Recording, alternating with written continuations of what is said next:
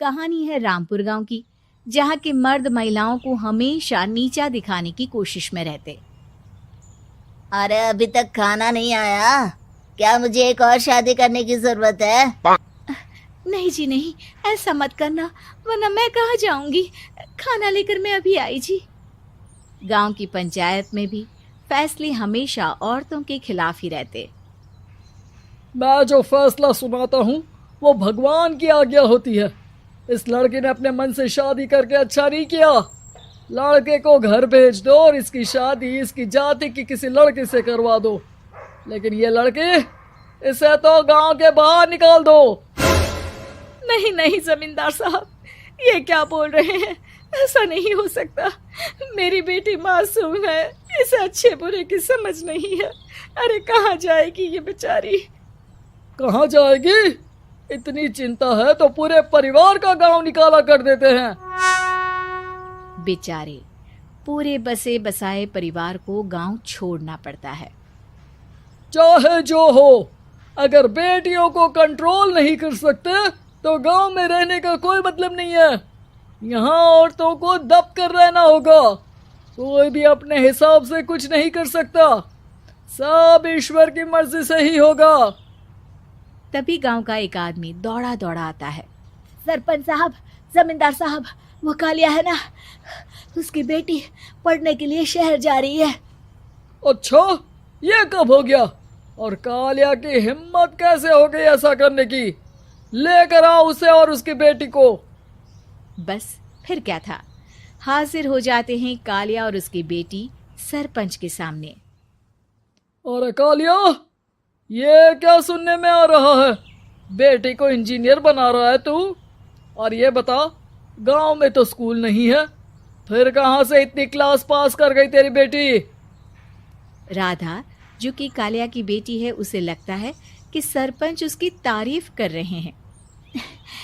सरपंच जी, मैंने ऑनलाइन पढ़ाई की है, डिस्टेंस लर्निंग से। सभी में मैंने अच्छे नंबर पाए हैं, जिसे देखते हुए शहर की इंजीनियरिंग कॉलेज में मुझे स्कॉलरशिप मिली है। वाह जी वाह, क्या होती है ये? पहले तो ये बताओ, फिर आगे की बात करते हैं। पूरा गांव राधा की बात सुन रहा था और राधा बोलती जा रही थी। तो ऐसे मैं फ्री में एक अच्छी शिक्षा लेकर गांव में जो कुछ परेशानियां हैं, जैसे बिजली, पानी और इंटरनेट जैसी समस्याओं के लिए काम करूंगी। मैं गांव को शहर से जोड़ने के लिए पुल का निर्माण करवाने का प्रस्ताव रखूंगी। मुझे पूरी उम्मीद है कि जल्द ही हमारा गांव भी तरक्की की राह पर चल पड़ेगा। राधा की बात सुनकर सारे गांव वाले ताली बजाने लगते हैं। सरपंच को समझ नहीं आता कि वो क्या करे। चुप रह नादान लड़की, गांव के खिलाफ जाने के लिए तुझे गांव से बेदखल कर दिया जाएगा, वो भी पूरे परिवार के साथ। और हाँ, अगर ठीक से गांव में रहना चाहती है तो ये पढ़ाई लिखाई छोड़ दे। हम तेरे लिए गांव का कोई होनहार लड़का देखेंगे। तभी गांव का एक आदमी बोल पड़ता है। अरे नहीं नहीं सरपंच जी, राधा बिटिया जो बता रही है, अगर वैसा हो जाए तो हम लोगों को पैसा कमाने के लिए बाहर नहीं जाना पड़ेगा। हाँ जी, और ना ही कोसों दूर पानी के लिए भटकना पड़ेगा। हमारे बच्चे भी अच्छी पढ़ाई कर सकेंगे और आगे बढ़ेंगे, ना कि हमारी तरह खेती करते बैठेंगे। क्यों गांव वालों, राधा बिटिया का साथ देना चाहिए ना। सरपंच देखता है कि गांव राधा के साथ है तो वो चुप हो जाता है।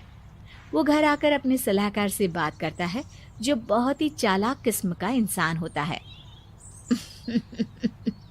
अरे सरपंच साहब, आपको बहुत ही होशियारी से काम लेना पड़ेगा। एक बार गांव तरक्की कर गया, यहाँ के बालक पढ़ लिए तो कोई ना पूछेगा आपको। और फिर ये जो बेटा और बेटी है ना आपके, इनको भी आम लोगों की तरह ही जीवन जीना होगा। हाँ, लेकिन करे तो क्या करे? वो ना आप मुझ पर छोड़ दीजिए, बस मैं जैसा बोलूं करते जाइए। अगले रोज सुबह जब गांव वाले सोकर उठते हैं तो राधा के घर के बाहर और साथ ही वो लोग जिन्होंने राधा का सपोर्ट किया था, उनके घर के आगे लाल रंग से कल आऊंगी लिखा होता है। कल आऊंगी, यह क्या होता है? अरे यह तो खून से लिखा है, लगता है कोई भूत प्रेत या चुड़ैल का साया है। चलो सरपंच जी के पास चलते हैं। सभी सरपंच के पास जाकर उसे सारी बात बताते हैं। अरे ये तो बड़ी मुश्किल की बात है। चलो मैं एक बाबा को जानता हूँ, उन्हें बुला लेता हूँ। सरपंच बाबा को लेकर गांव के घर के बाहर जाता है। ओहो, तो ये वो चुड़ैल है जो उन लोगों को निशाना बनाते हैं जो गांव को बदलने का सपना देखते हैं। वो गांव को ऐसे ही संपन्न देखना चाहती है, वो नहीं चाहती कि कोई बाहरी यहाँ का कायाकल्प करे। क्या तुम लोगों में से किसी ने गांव को बदलने की सोच रखी है? तभी राधा की माँ रोते रोते आती है। मेरी राधा घर से गायब हो गई है। अरे कोई तो बचाओ, मेरी बच्ची कहाँ गई?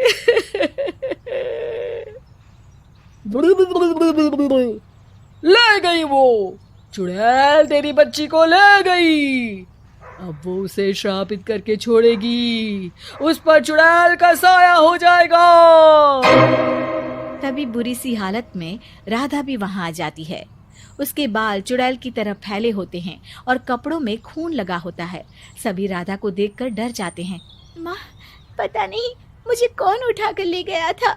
अरे दूर दूर हो जा चुड़ैल, अब हम लोग इस गांव में नहीं रुकेंगे। अरे कैसे बातें कर रहे हैं आप?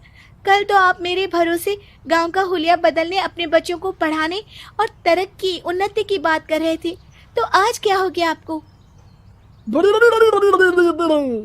ये फिर तुम लोगों को बहकाएगी। ये चुड़ैल गांव में आ चुकी है, ऐसे ही ये तुम्हारे घर के बच्चों को भी ले जाएगी।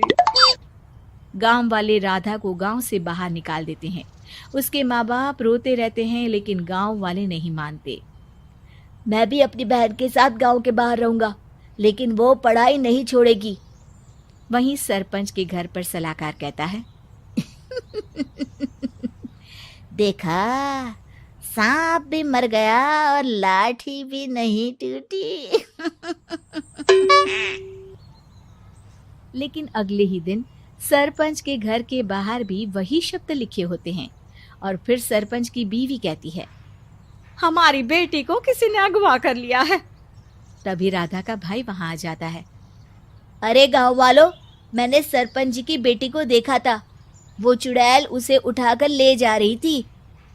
अरे क्या मजाक कर रहे हो?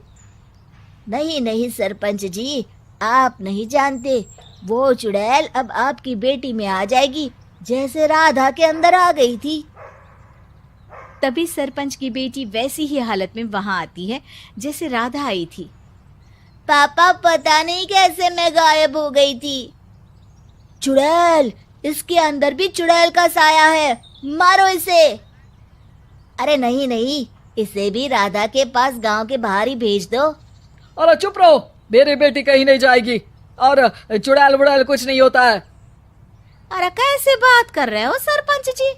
आप तो बोल रहे थे कि आपका फैसला भगवान का ज्ञान होता है, तो अपने पर बात आई तो अब आप ऐसे बोल रहे हैं। अरे ना ना ना, आपको अपनी बेटी को त्यागना ही होगा। अरे बुलाओ बाबा को। राधा का भाई बाबा को ले आता है, जिसे अब गांव वालों के डर के कारण सच बोलना पड़ता है। मैं कोई बाबा नहीं हूँ, मैं तो मोची था। ये सलाहकार महोदय ने मुझे कहा था एक्टिंग करने को। अब वो मुझे पैसे देने वाले हैं। अब मुझे माफ कर दो। गलती हो गई, मुझे माफ कर दो। तभी वहां राधा आ जाती है। देखा सरपंच जी, जब गांव के बच्चे साक्षर होंगे तो आप जैसे लोगों की चालाकी नहीं चलेगी।